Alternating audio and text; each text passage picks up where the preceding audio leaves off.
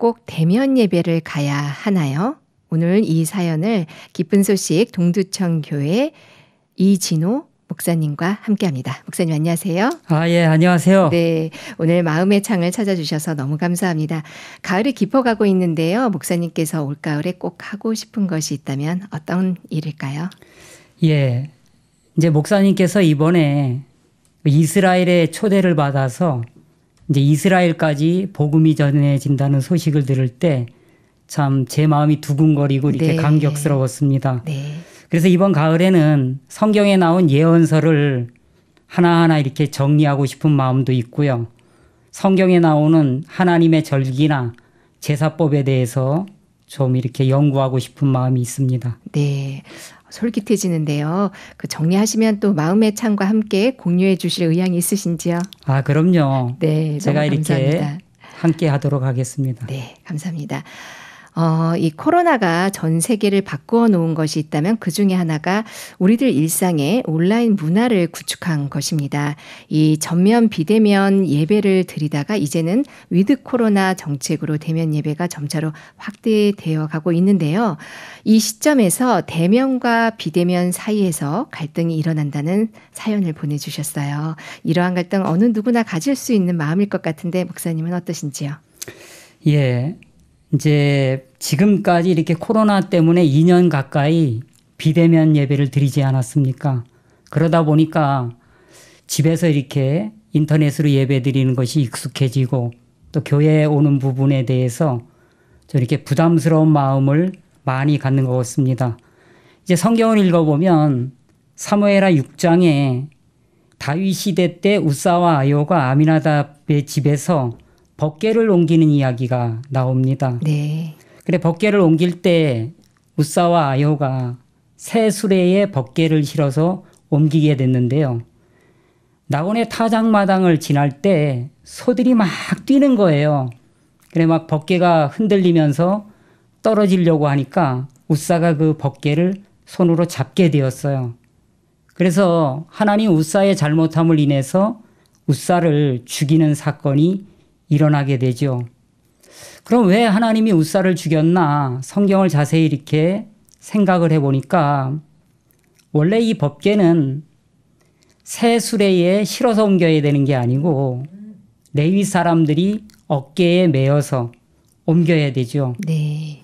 근데 이 법궤 속에는 십계명 2개의 돌판이 들어있잖아요. 그리고 법궤 자체에 무게도 있고 해서 네.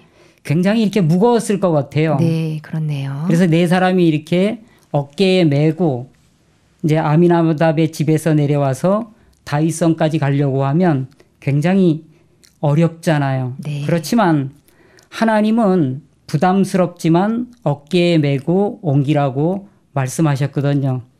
이제 코로나 시대가 되면서 사람들이 편하게 집에서 예배드리는 게 육체적으로는 좋잖아요. 근데 신앙생활이라고 하는 것은 편하게 절대로 신앙생활이 되지 않습니다.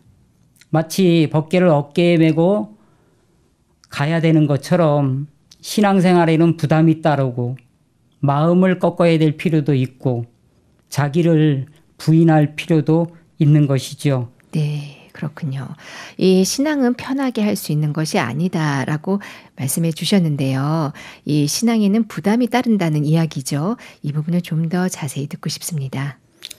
예, 신앙은 정말 부담이 이렇게 따르는데 부담이라고 하는 것은 사고를 깊이 한다거나 공부를 많이 하거나 또 뭐 연구를 깊이 한다고 해서 이 부담이 없어지는 것은 아니거든요.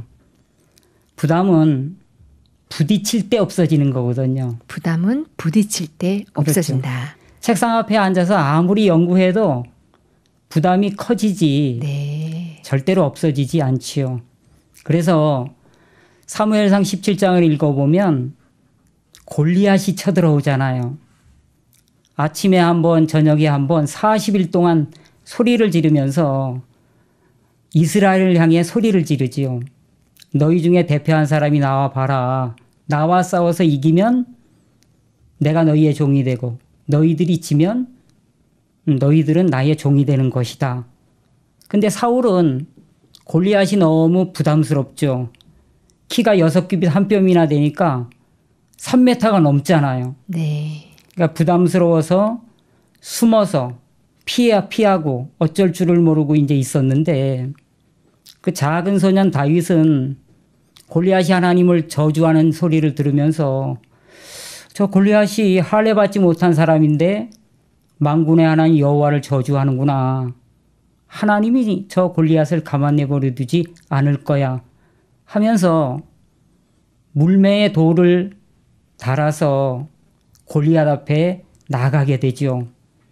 그래서 물매를 딱 던지니까 돌이 날아가서 골리앗 이마에 박혀 골리앗이 죽게 되잖아요. 네. 그러니까 사울은 부담스러워서 피했고 다윗은 부담스러울 때 발을 내딛어서 골리앗과 싸워서 승리를 하게 됐기 때문에 부담이라는 것은 부딪힐 때 사라진다는 거죠. 네.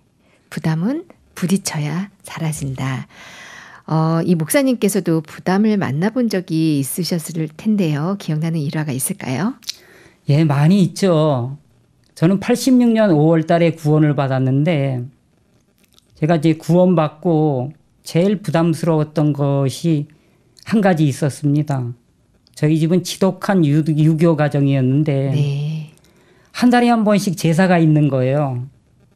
그래서 이제 제사를 드리면 제사상을 차려놓고 그 앞에서 절을 해야 되는데 성경에서는 우상을 숭배하지 말라 그랬고 우상 앞에 절하지 말라 그랬는데 그게 참 마음에 꺼리낌이 됐거든요. 네, 유교에서는 제사가 무척 중요한 것으로 알고 있는데요. 그렇죠. 저희 아버지는 마치 생명처럼 네. 여기고 계셨거든요. 그래서 제 마음에 생각하기를 그래 몸은 절을 하지만 마음으로만 내가 하나님을 믿고 하나님을 섬기면 되지 않겠나. 그래서 제삿날 가서 저도 모르게 그냥 절을 한 거예요. 네. 그 절을 하고 나니까 마음이 굉장히 이렇게 불편해지더라고요. 야, 하나님 이걸 싫어하시는구나. 그래, 하나님은 몸으로 이렇게 주님을 섬기는 것을 원하시는구나. 네, 몸으로 주님을 섬기는 것을 원하신다. 예. 네. 그래서 몸이 따라가지 않으면 마음이 따라가지 않는다는 마음이 들어서 네. 그 이후로 이렇게 제사를 드린 날이 되면은 마음을 딱 정하고 절을 하지 않았던 기억이 납니다. 아버지가 매우 노여워하셨을 것 같은데요. 예, 아버지가 굉장히 화를 내시면서 네. 뿌리 없는 줄기가 어디 있냐. 호적을 파가라. 집에서 나가라. 그날 뭐 엄청 아버지와 이렇게 다투게 됐습니다. 네. 근데 옆에 있던 형님이 나셔서서 이제 중재를 해 주셨어요. 아버지, 대한민국 헌법에 보면 종교의 자유가 있지 않습니까? 네. 그래서 아버지는 유교 믿으시고 동생은 예수님 믿게 하십시오. 네. 그 이후로 아버지와 이렇게 제사 문제 때문에 싸우지 않고 이렇게 마음으로 이렇게 주님을 섬긴 적이 있습니다. 네. 헌법의 힘이 강하네요. 예, 헌법의 힘도 강하지만 예수님의 힘이 훨씬 강했던 것 같습니다. 네. 아버지가 막 노여워하셨을 때 목사님은 어떻게 대응을 하셨을까요? 제가 뭐 아버지를 이길 수 있는 그런 뭐 힘이 안 되잖아요. 네. 그리고 저는 어떻게 해야 될지도 몰랐어요. 또 그날 내가 절을 하지 않으면 아버지가 굉장히 화를 내시고 또 저를 내쫓을 걸 이렇게 알고 있었거든요. 근데 아버지의 호통보다도 하나님의 말씀이 더 크니까 네. 아버지가 화내는 그것이 저에게 아무 문제가 되지 않았거든요. 그래, 이 마음을 꺾고 또 제사상에 절하지 않는 이게 부담스러운 일이지만 내가 예수님을 나타내고 하나님을 나타내야 되겠다. 그 마음이 들어서 그날 참 하나님 앞에 이렇게 은혜스럽게 시간이 지나가고 나중에 아버님도 또 이렇게 복음을 들으시는 은혜를 하나님께서 베풀어 주셨습니다. 아유, 너무너무 감사합니다. 이 마지막으로 대면 예배를 준비하고 계신 청취자분들께 목사님의 이 마음을 전해주시면 감사하겠습니다. 예, 사람이 비대면 환경에 이렇게 익숙해지다 보면 이제 인터넷을 틀어놓고 예배를 드리잖아요. 그러면 이게 화면을 끄시는 분들이 많더라고요. 네. 왜 화면을 켜놓으면 자유롭지 않잖아요. 그렇죠. 그래 화면을 끄고 말씀을 틀어놓고 화장실 가고 싶으면 화장실도 가고 물 먹고 싶으면 물도 마시고 또 갑자기 인터넷을 검색하고 싶으면 또 구글도 열어서 검색하고 이제 그렇게 하다 보면 예배에 집중할 수 없게 되잖아요. 네.